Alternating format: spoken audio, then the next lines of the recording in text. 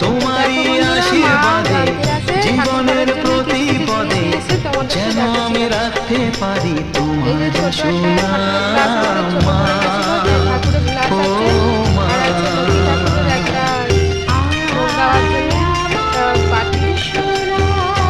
ও স্নেহের ছায়ায় ভালোবাসায় ঢেকে রাখে যে, অনেক জ্বালাশয় বুকে জড়িয়ে রাখে যে, তারই আঁচলে মুখ লুকিয়ে রেখে জীবন আমার কাটিয়ে দেব তোমায় দেখে মা।